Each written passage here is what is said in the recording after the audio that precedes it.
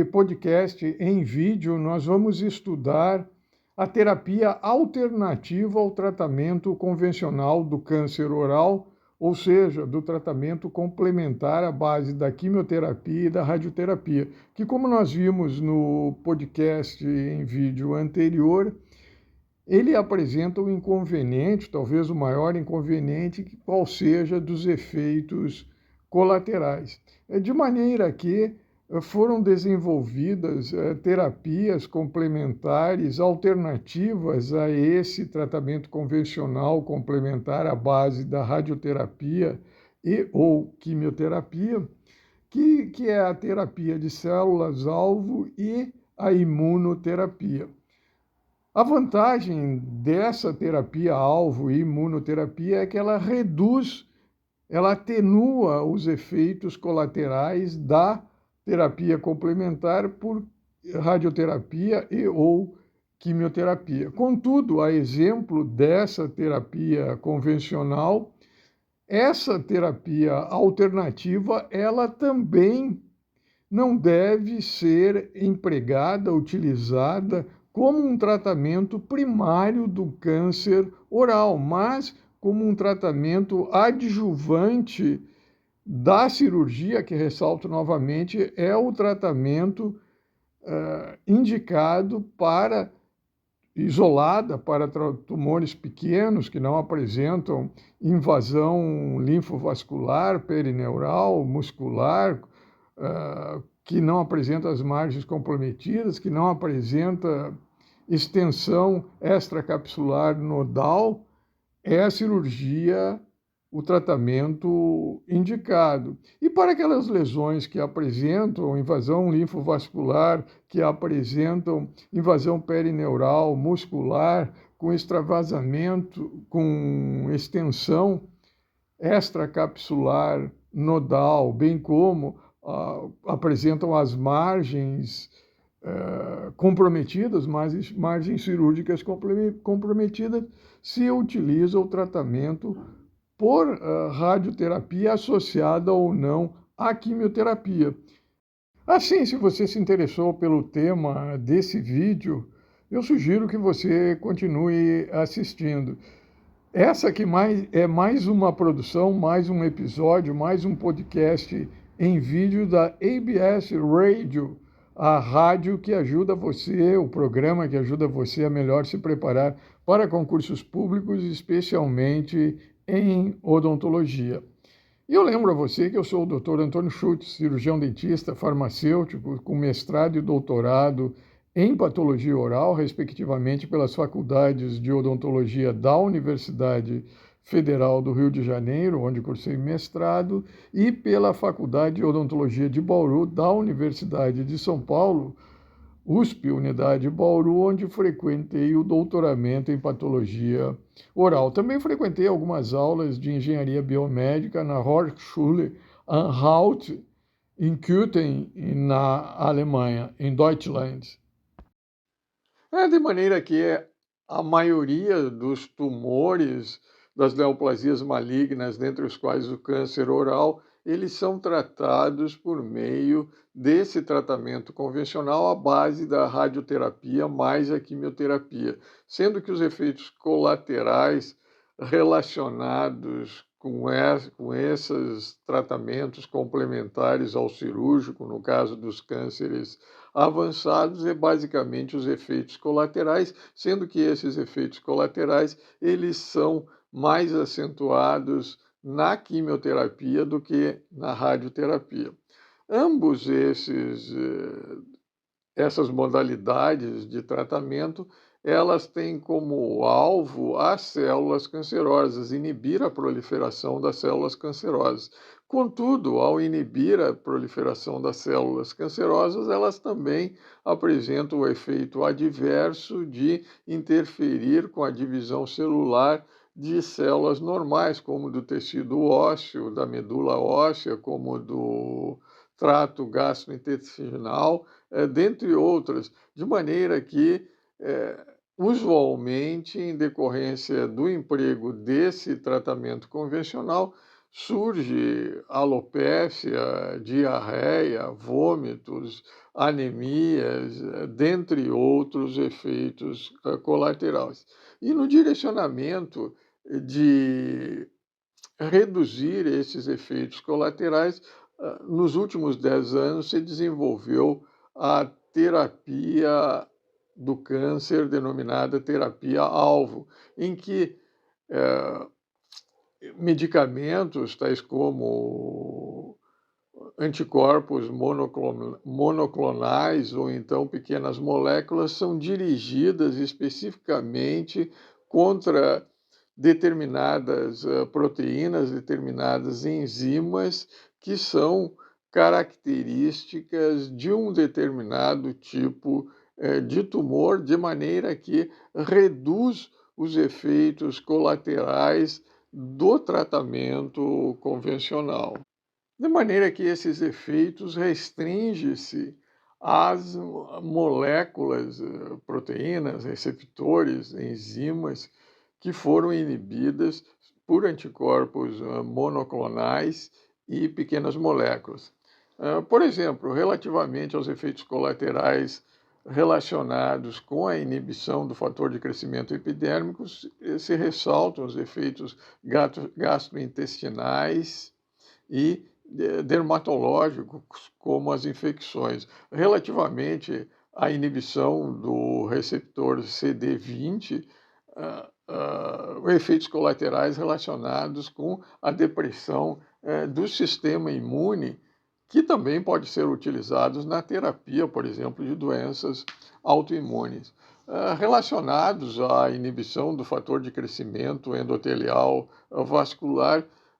pode-se citar o sangramento, a proteinúria decorrente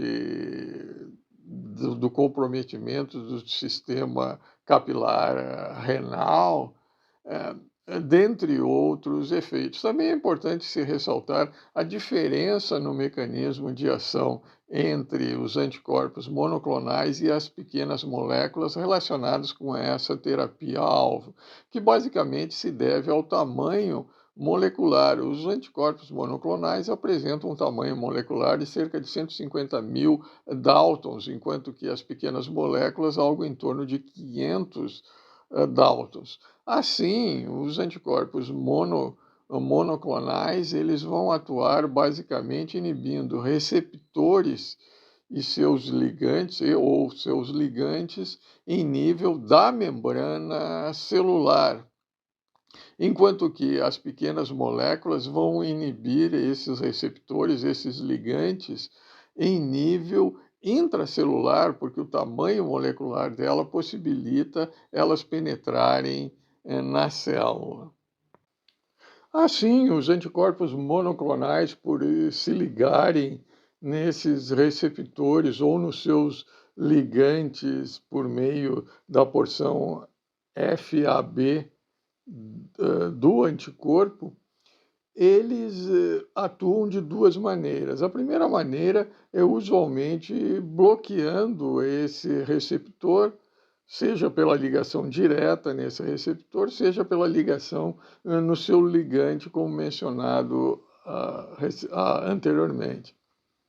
A outra maneira é eles se ligando dessa mesma maneira no receptor, mas conduzindo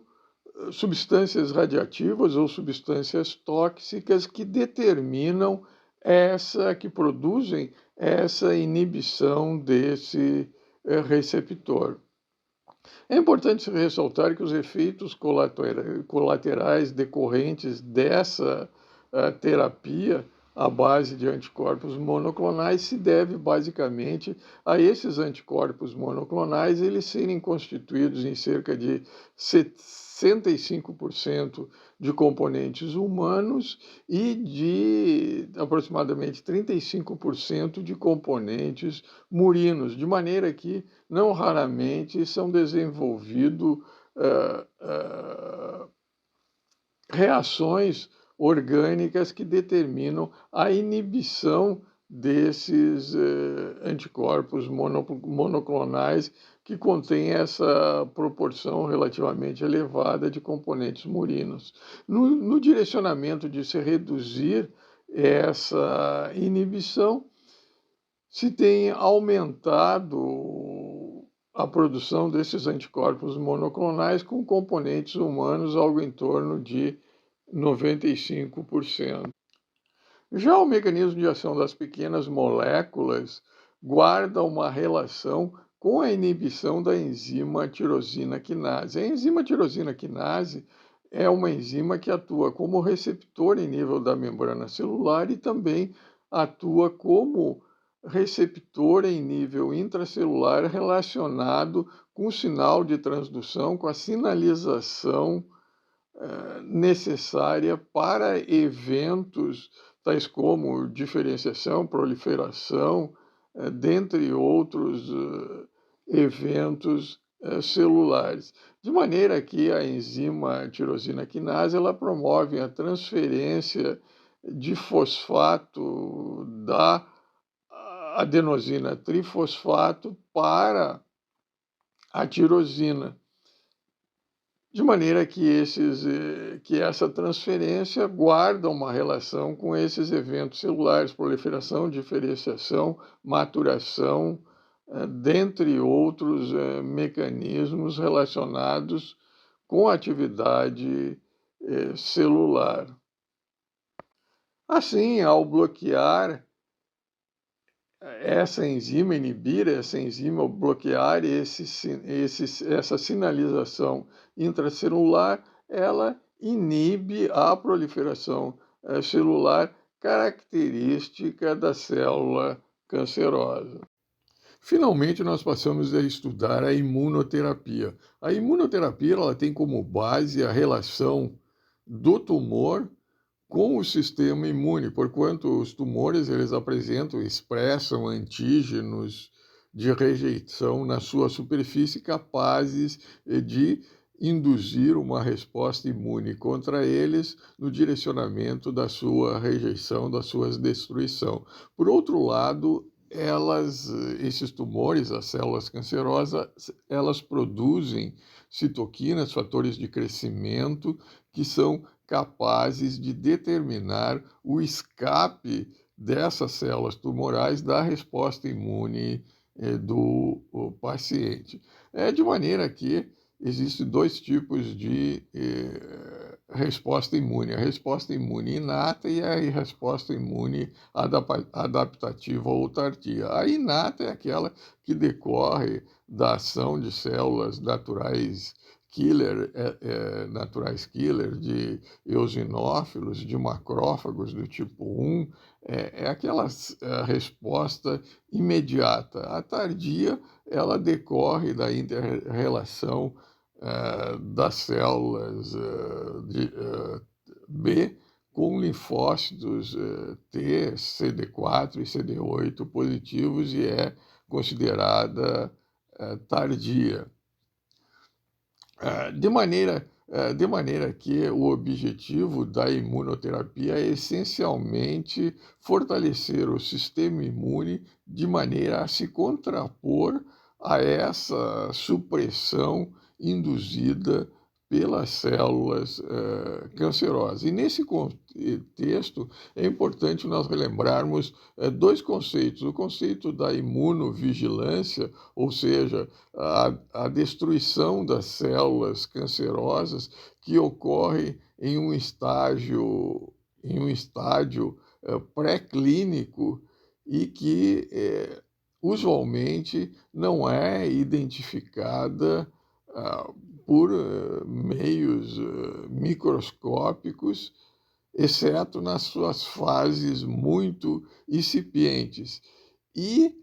o conceito de edição tumoral, em que essas células cancerosas, ao interagirem com o sistema imune, determinam uma seleção clonal no direcionamento de células que escapam dessa resposta imune do paciente. Assim, tem-se dois tipos de imunoterapia. A imunoterapia ativa e a imunoterapia passiva. A imunoterapia ativa é aquela em que células sanguíneas e células tumorais do paciente são cultivadas em laboratório e posteriormente reinjetadas nesse paciente de maneira a promover a destruição das células cancerosas. E a imunidade passiva que determina uma maior interação do sistema imune, de componentes do sistema imune, com receptores de superfície das células cancerosas, de maneira a induzir uma citotoxicidade dependente do anticorpo, promovendo a destruição das células cancerosas. Também é importante se ressaltar que no atual contexto da oncogênese, não somente essa interação das células tumorais, das células transformadas com o sistema imune, guarda uma relação com essa transformação carcinomatosa, mas também a interação de outros componentes, além das células cancerosas, tais como os fibroblastos, as células estromais, as células endoteliais e as células imunes, que determinam uma interação entre elas, uma rota de sinalização entre elas nesse microambiente tumoral, que vai determinar efeitos inibitórios e efeitos estimulatórios da resposta imune em relação à destruição da neoplasia. Usualmente, os efeitos inibitórios são promovidos por macrófagos do tipo 2, por células embrionárias mieloide da linhagem granulocítica de neutrófilos e eosinófilos, por linfócitos T CD4 do tipo 2, linfócitos T helper do tipo 2. Já os efeitos estimulatórios dessa resposta imune capaz de rejeitar a neoplasia são promovidas por células NK, linfócitos T citotóxico do tipo CD8 positivo, por linfócitos T helper do tipo 1, CD4 H1 positivos, que determinam essa destruição dessas células cancerosas. De maneira que, no contexto das diferentes modalidades de terapia, de imunoterapia, a descoberta de que não somente é a expressão pelas células cancerosas desses antígenos de rejeição, induzindo uma destruição dessas células cancerosas, seja por uma imunidade celular, por meio de células citotóxicas, como CD8 positivas e natural killers, mas também a destruição dessas células por uma citotoxicidade dependente do anticorpo era um fator determinante na carcinogênese e na sua progressão, mas também que essas células cancerosas elas produziam substâncias, em outras palavras, citoquinas, fatores de crescimento, dentre outros mediadores químicos, que induziam a supressão dessa resposta imune a essas células cancerosas, determinando seu escape. Dentre essas células, dentre essas moléculas inibidoras, se ressaltam as moléculas checkpoint inibidoras, ou seja, aquelas moléculas checkpoint que determinam a inibição da resposta imune do paciente. E essa descoberta resultou no desenvolvimento de uma imunoterapia baseada em anticorpos denominada inibidores de checkpoint, ou seja, moléculas anticorpos que,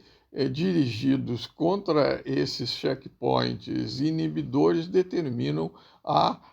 acentuação, a ativação da resposta imune do paciente. Contudo, esses inibidores de checkpoint, eles possuem o inconveniente de induzir como efeito colateral as doenças autoimunes, dentre as quais a hepatite, colite, hipotireoidismo, dentre outras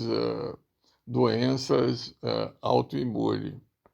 Assim, no contexto do câncer oral, dois inibidores de checkpoint são importantes no tratamento do câncer oral, que são os inibidores anti-CTLA4 e anti-PD1 ou PDL1, ou seja, moléculas inibidoras do linfócito T ligado à proteína A4 e o checkpoint, a molécula que inibe o ligante de morte associado à proteína, que é o PDL1, ou então esse receptor PD, ou seja, a proteína de morte, que ambos CTLA4 e PD1, eles determinam efeitos inibitórios sobre a resposta imune, de maneira que, no contexto do câncer oral, inibindo essas moléculas, se ativa a resposta imune contra a neoplasia. Além do que, além dessa terapia com inibidores de checkpoint, também existem outras terapias que estão em desenvolvimento relacionado no contexto do câncer oral, dentre as quais algumas nós vimos anteriormente nesse podcast, qual seja a inibição de receptores seja de superfície da membrana celular ou então intracelular, respectivamente, por anticorpos monoclonais e pequenas moléculas, dentre os quais o fator de crescimento epidérmico, que também guarda uma relação com o câncer oral, é importante, terapia esses inibidores do fator de crescimento epitelial, inibidores do fator de crescimento endotelial vascular, dentre outros receptores e rotas de sinalização. Também a transferência de células adotivas, ou seja, você extrair células T, linfócitos T do sangue do paciente ou do tumor e cultivar em laboratório e reinjetar no paciente, é também uma terapia em desenvolvimento. A produção de vacinas à base de antígenos, de RNA, de células apresentadoras de antígenos também estão em desenvolvimento, bem como as terapias à base de citoquinas, dentre as quais a interleucina 2 e o interferon alfa.